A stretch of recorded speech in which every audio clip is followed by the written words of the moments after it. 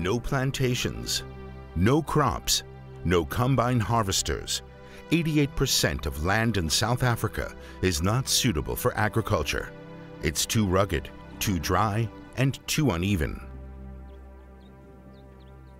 But everywhere you look, you see life in abundance. The country boasts rich biodiversity. But how best to preserve it? In South Africa, environmental protection is chronically underfinanced.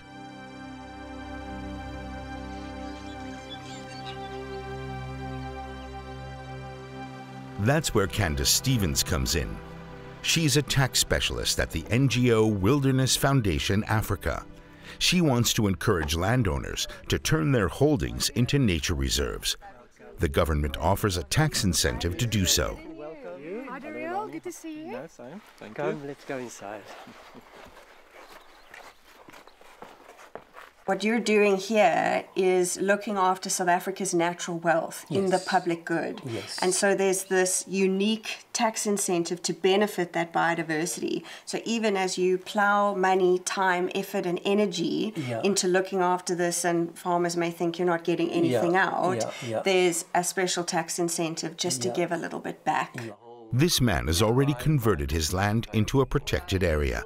He can write off the cost of the purchase over a 25-year period. That extra cash in pocket would be able to give a little bit more financial sustainability to you in managing this in perpetuity, so that you could put a little bit more into it, which would be your decision, and you know what needs to happen on this site. Yeah, absolutely. Photographer Koos van der Linde purchased the land 5 years ago and has taken countless pictures of the area since then. It rarely rains here, but when it does, the landscape is transformed into a pageant of color. Another special feature about this area of land is that it could act as a corridor for wild animals, since it's located between two different protected areas.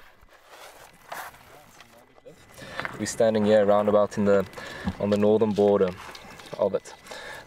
Here to the west and east or south, stretching down, we've got Namakwa National Park, and then to the northeast, Guchap Provincial Nature Reserve.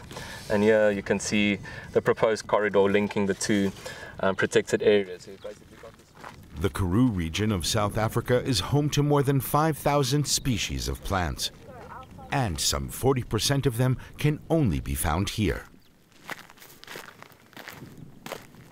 Bit of the last purple because the rain season has gone now. Yeah. And this will be the final flowers. We had some beautiful rain a couple of days ago, so it just refreshes it a little bit, but slowly but surely it will go down now. Once upon a time, this area was farmland. The history is going back for a long time, since the 1700s, with the settlers, the pioneers that farmed here with a high rainfall that time. But due to global warming and the rainfall diminished quite a bit, and it just became impossible for these people to make a living with cattle and agriculture.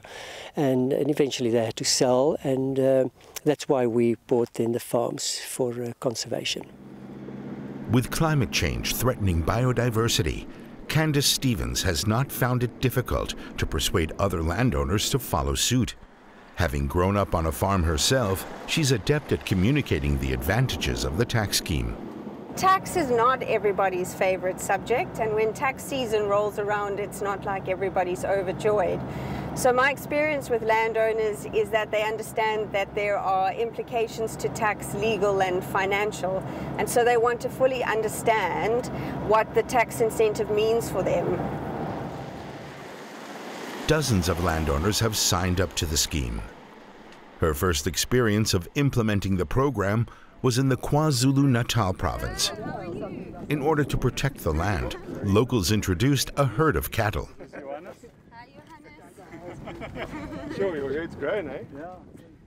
The animals serve an important function. Keeping the grass short helps prevent wildfires in the dry season, but it's just the start.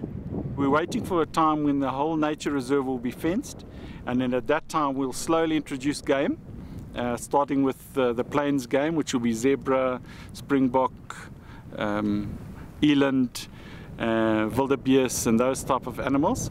And then once they are established, slowly the cattle will be removed.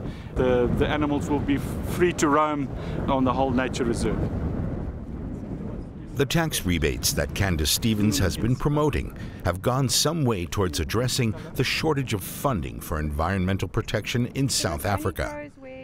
And in the future, she's hopeful of further progress in this development.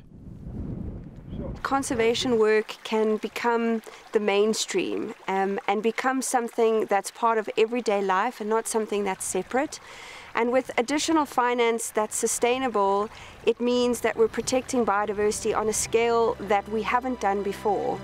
And if we can answer that global challenge with all the resources that we have at our disposal, we might just have a chance of saving the world around us.